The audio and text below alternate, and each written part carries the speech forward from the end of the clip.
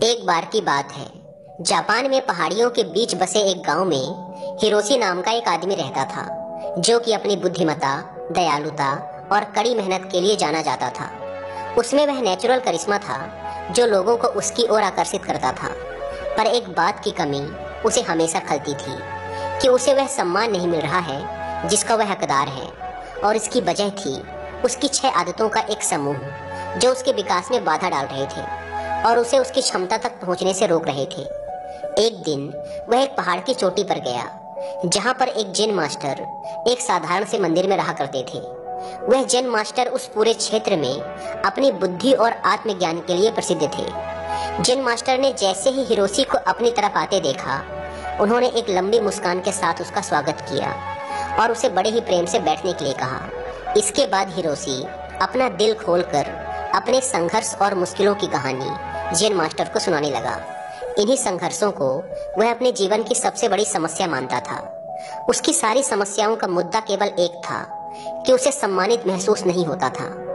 Jain master उसकी सारी बातों को ध्यान से सुनते जा रहे थे और बीच बीच में अपना सिर भी हिलाते जा रहे थे। जब हिरोशी ने अपनी बात खत्म कर ली और चुप हो गया, तो जैन मास्टर ने बहुत ही शांत और सुखद आवाज में कहा, प्रिय हिरोशी, सम्मान अर्जित किया जाता है। दूसरों का सम्मान पाने के लिए तुम्हें पहले खुद का सम्मान करना सीखना होगा, और ऐसा करने के लिए तुम्हें उन 6 आदतों को पीछे छोड़ना होगा जो तुम्हें आगे बढ़ने से रोक रही हैं। हिरोशी ने उम्मीद भरी नजरों से जैन मास्टर की ओर देखा, क्योंकि वो ये जानने के लिए उत्सुक था कि वो 6 आदतें कौन सी हैं और उनसे छुटकारा कैसे पा सकते हैं। जैन मास्टर ने आदतों को बताना शुरू किया। जैन मास्टर ने कहा, पहली आदत जो तुम्हारे काम में सबसे बड़ी बाधा है और तुम्हें छोड़नी चाहिए, वो है काम को टालना।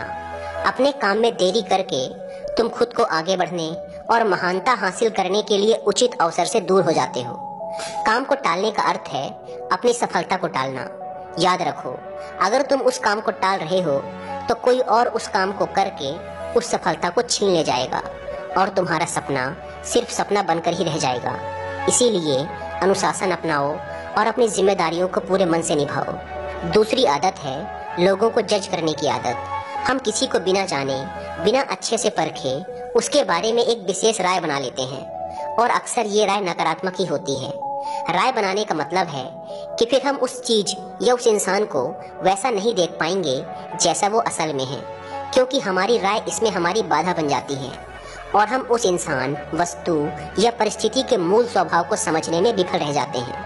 जैन मास्टर का कहना था कि किसी को भी बिना अच्छे से जाने या किसी भी परिस्थिति को बिना समझे हमें उसके बारे में अपनी नकारात्मक या सकारात्मक राय नहीं बनानी चाहिए। तीसरी आदत जैन मास्टर ने बताई कि हर चीज के लिए दुखी होना बंद करो। हर परिस्थिति और हर चीज हमारे नियंत्रण में नहीं हो सकती, और ना ही हर चीज हमारी इच्छा अनुसार होगी।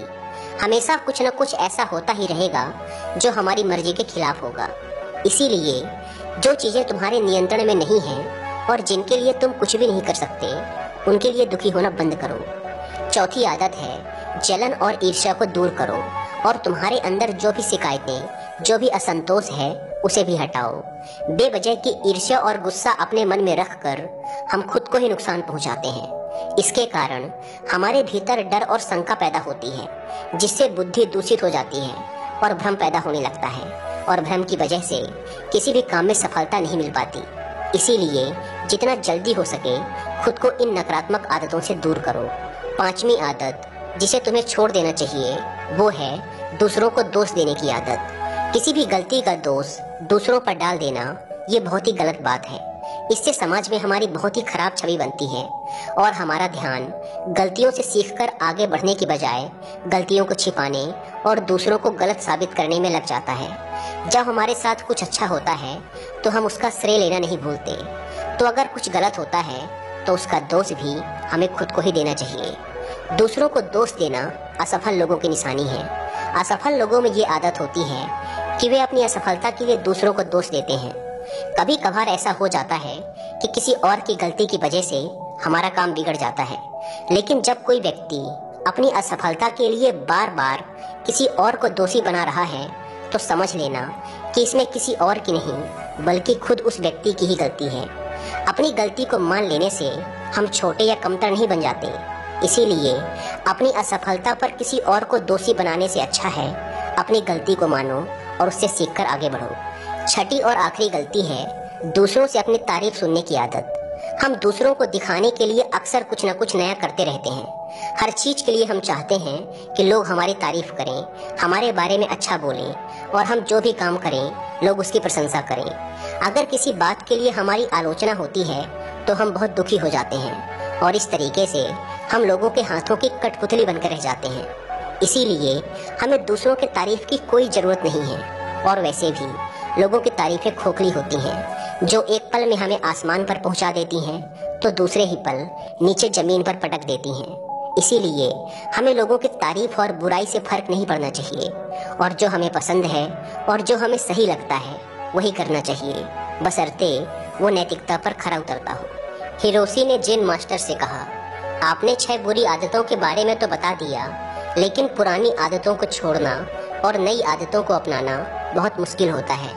तो मेरा प्रश्न है कि आखिर हमारा मन नई आदतों को अपनाने का विरोध क्यों करता है और नई आदतों को आसानी से कैसे अपनाया जा सकता है? जेन मास्टर ने कहा, ज्यादातर लोग आदतों को बदलने में असफल रहते हैं क्योंकि उनकी उस नई आदत के साथ अवास्तविक उम्मीदें जुड़ी होती हैं। जैसे अगर कोई व्यक्ति सुबह जल्दी उठकर व्यायाम करने की नई आदत डालना चाहता है तो वह उम्मीद लगा लेता है कि उसकी इस नई आदत से उसका वजन तेजी से कम होना शुरू हो जाएगा या फिर उसका शरीर तेजी से शक्तिशाली बन जाएगा, जबकि असल में ऐसा नहीं होता। इन दोनों ही परिणामों को हासिल करने में समय लगता है, लेकिन हमारा मन पहले से ही यह निश्चित कर लेता है कि परिणाम कैसा होना चाहिए।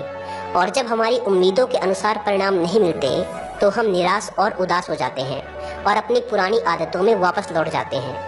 लेकिन जो व्यक्ति वास्तविक और सही उम्मीदों के साथ नई आदत की शुरुआत करता है वो उदास और निराश होने से बच जाता है और आदत बदलने के दौरान अपने आंतरिक विरोध पर काबू पा लेता है। अब अगला प्रश्न है कि आदतों को आसानी से कैसे अपनाया जाए। तो ऐसा करने के 5 आसान नियम हैं। पहला, अपने विचारों को लिखो। उन सभी चीजों की पहचान करो जिन्हें तुम बदलना चाहते हो, चाहे वो छोटी हो या बड़ी, उन सबको लिखो।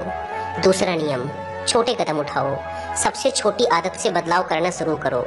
इस बदलाव को इतना आसान बनाओ जिसे तुम मना न कर सको। उदाहरण के लिए, हर सुबह की शुरुआत 2 मिनट के धन्यवाद के साथ करो या फिर हर सुबह सिर्फ 5 मिनट ध्यान का अभ्यास करने का निर्णय लो। तीसरा नियम, अपने आलस्य और टाल मटोल की आदत को कम करो और इसके लिए सचेतन रूप से अपने काम के परिणाम को किसी मजे से जोड़ो। उदाहरण के लिए, अपने आप से कहो कि जब मैं सुबह का ध्यान और व्यायाम पूरा कर लूंगा तब 1 कप चाय पीऊंगा। यानी जब तुम अपने ध्यान और व्यायाम के नियम को पूरा कर लोगे तभी चाय पियोगे, उससे पहले नहीं। चौथा नियम है, अपने काम को आदत बनने दो। यानी दूसरी नई आदत तब तक मत शुरू करो जब तक तुम्हारा ये वाला काम तुम्हारी आदत न बन जाए, तुम्हारी दिनचर्या का हिस्सा न बन जाए। 5वीं आदत है आभार या धन्यवाद का भाव। तुम जिस भी आदत को अपने जीवन में बढ़ावा देना चाहते हो उससे जुड़ी चीजों के लिए ब्रह्मांड या उस परम शक्ति का आभार व्यक्त करना शुरू कर दो। उदाहरण के लिए, अगर तुम खुश रहने की आदत विकसित करना चाहते हो तो उन तमाम अच्छी चीजों के लिए आभार व्यक्त करना शुरू कर दो जिनकी वजह से तुम्हारे जीवन में खुशियां हैं, और फिर तुम देखोगे कि वो सभी अच्छी चीजें कई गुना बढ़कर तुम्हारे पास वापस आनी शुरू हो जाएंगी। एक बात याद रखो, जो लोग निष्क्रिय और संवेदनहीन होकर बैठे रहते हैं वे गलतियां नहीं करते। गलतियां भी वही लोग करते हैं जो कुछ नया करने का प्रयास करते हैं। गलतियां करना और उनसे सीखना मानव जीवन का हिस्सा है। इसीलिए गलतियां करने से डरो मत, लेकिन एक ही गलती को बार बार दोहराना भी मूर्खता है। जेन मास्टर ने आगे कहा, अब मैं तुम्हें 10 ऐसी आसान आदतों के बारे में बताऊंगा जो एक आसान और अधिक व्यवस्थित जीवन जीने के लिए जरूरी हैं। जब तुम इनमें से कुछ आदतों को लागू कर लोगे तो तुम खुद को एक नियंत्रण की भावना के साथ पाओगे और पाओगे कि तुम बिना थके पहले से भी कहीं ज्यादा काम कर रहे हो।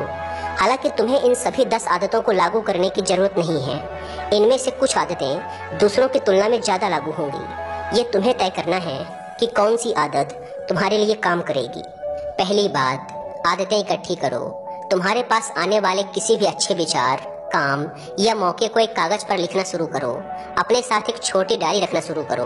दूसरी आदत, जब तुम्हारे पास सारी जानकारी और सारी चीजें इकट्ठा हो जाएं, तो इसके बारे में ठीक से सोचो और फिर निर्णय लेने में ज्यादा देरी मत करो।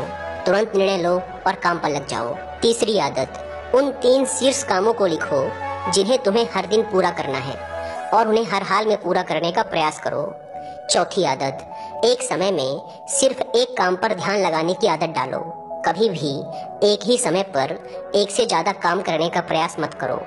पांचवी आदत, चीजों को सरल और साधारण रखो, खासकर अपनी उस सूची को जिस पर तुम अपने लक्ष्य और योजनाओं को लिखते हो। अपनी सूची को एकदम स्पष्ट, सरल और आसानी से पढ़ने लायक बनाओ। छठी आदत, अपने कमरे और काम करने की जगह को हमेशा साफ सुथरा और व्यवस्थित रखो। चलते फिरते या थोड़ा समय निकालकर अपने आसपास की चीजों को व्यवस्थित करने की आदत डालो। सातवीं आदत, साप्ताहिक लक्ष्य निर्धारित करना और उसे बार बार जांचना कि वो पूरी तरह से सही है, और अगर कुछ बदलाव करने हैं तो तुम वो भी कर सकते हो। आठवीं आदत, आदतों को आसान बनाओ। केवल जरूरी चीजों पर ध्यान केंद्रित करो और बाकी चीजों को छोड़ दो। नौवीं आदत, सुबह और शाम की वो सुसंगत दिनचर्या जिसका तुम आनंद लेते हो उसे बनाए रखो, क्योंकि यह तुम्हें अंदर से खुश और तरोताजा बनाए रखेगी। 10वीं आदत, तुम्हें जिस चीज में पैशन है उस तरह की आदतें खोजो। अपना जीवन उन चीजों के लिए समर्पित करो जिनके लिए तुम एक पैशन रखते हो। फालतू की चीजों और कामों के लिए अपनी ऊर्जा और समय बर्बाद मत करो। तो ये थी वो सभी आदतें जो तुम्हारे जीवन को बदल कर रख सकती हैं, लेकिन इन सभी आदतों को एक साथ अपनाने की गलती मत करना। जब एक आदत तुम्हारी दिनचर्या का हिस्सा बन जाए तब दूसरी की तरफ कदम बढ़ाना। इतना कहने के बाद जेन मास्टर ने अपनी बात समाप्त की और हिरोशी ने भी जेन मास्टर का धन्यवाद किया और अपने घर वापस आकर जेन मास्टर की बताई बातों का पालन करने लगा। दोस्तों, उम्मीद है कि आपको ये वीडियो पसंद आई होगी और वीडियो में यहाँ तक बने रहने के लिए आप सबका बहुत बहुत धन्यवाद। यदि मेरे प्रिय दोस्तों ये कहानी आपको अच्छी लगी तो मेरे चैनल को लाइक और सब्सक्राइब और शेयर ज़रूर करना। आगे फिर मिलते हैं एक नई कहानी के साथ।